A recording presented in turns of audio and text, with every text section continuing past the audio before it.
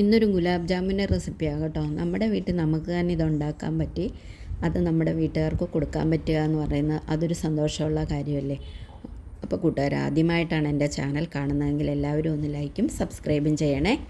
അപ്പോൾ ഞാൻ ഇതിനു വേണ്ടി ഒരു സിറപ്പ് തയ്യാറാക്കാൻ പോവുകയാണ്. അപ്പം അതിന് 1 കപ്പ് അളവിലുള്ള പഞ്ചസാരയാണ് എടുത്തിരിക്കുന്നത്. ആ ഒരു കപ്പിന് തന്നെ 1 കപ്പ് അളവ് വെള്ളവും കൂടെ ഞാൻ അതിലേക്ക് ഒഴിച്ചു കൊടുത്തിട്ട് സ്റ്റൗ കത്തിച്ച് കൊടുക്കുന്നുണ്ട്. അപ്പോൾ നമുക്ക് ഒരു സ്പൂൺ കൊണ്ട് ഇതുപോലെ ആ പഞ്ചസാര ഒന്ന് അലിയിച്ച് കൊടുക്കാം. അപ്പോൾ ഇതുപോലെ നമുക്ക് ഇളക്കി കൊടുക്കാം.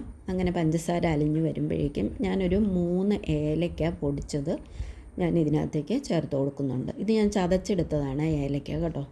അതും കൂടെ ചേർത്ത് ഇത് നമുക്കൊരു 3 മിനിറ്റ് ചെറു തീയിൽ വെച്ചിട്ട് ഇതൊന്ന് തിളപ്പിച്ചെടുക്കണം. ഒരു സിറപ്പാക്കി നമുക്ക് എടുക്കണം. അങ്ങനെ അത് തിളച്ച് ഇത് മാറ്റി വെച്ചിട്ടുണ്ട്. ഇനി അതിലേക്ക് ഒരു 3 ഡ്രോപ്സ് നമ്മുടെ റോസ് വാട്ടറാണ് ഞാൻ ചേർത്ത് കൊടുക്കുന്നത്.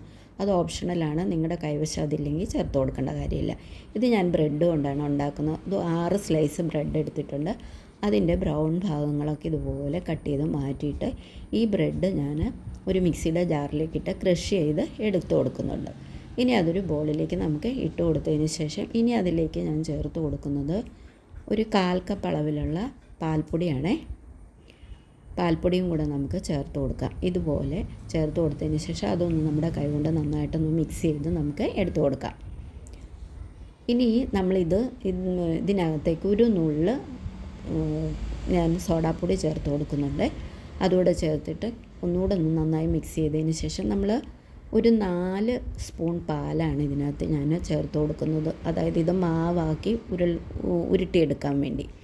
അത്രത്തോളം ടൈറ്റാക്കി വേണം എടുക്കാനായിട്ട്, ലൂസാക്കാൻ പാടില്ല. അപ്പോൾ ഇത് നന്നായിട്ട് ഇതുപോലെ നമുക്ക് കുഴച്ച് എടുത്തു കൊടുക്കാം.